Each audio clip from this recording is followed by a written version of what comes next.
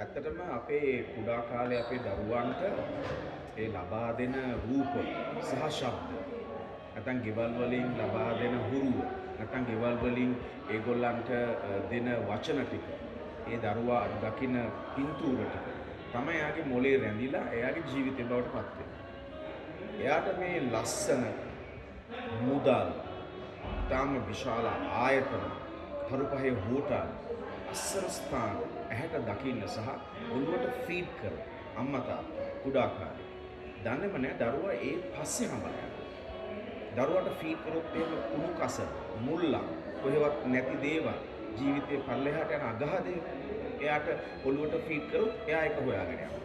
ඒ නිසා තමයි දරුවට මුල ඉඳන්ම ඔයා ජය ගන්න පුළුවන්, ඔයාට ජයග්‍රහණය කරන්න පුළුවන්, ඔයාට විභාග පාස් වෙන්න පුළුවන්, ඔයාට රට යන්න පුළුවන්, ඔයාට ලොකු ස්ථානවලට යන්න පුළුවන්, ඔයාට සල්ලි හම්බ කරන්න පුළුවන්, ඔයාට විභාග ඕන එකකින් ජය ගන්න පුළුවන් කියලා එයාගේ ඔළුවට පොසිටිව් දේවල් ෆීඩ් කරන්න.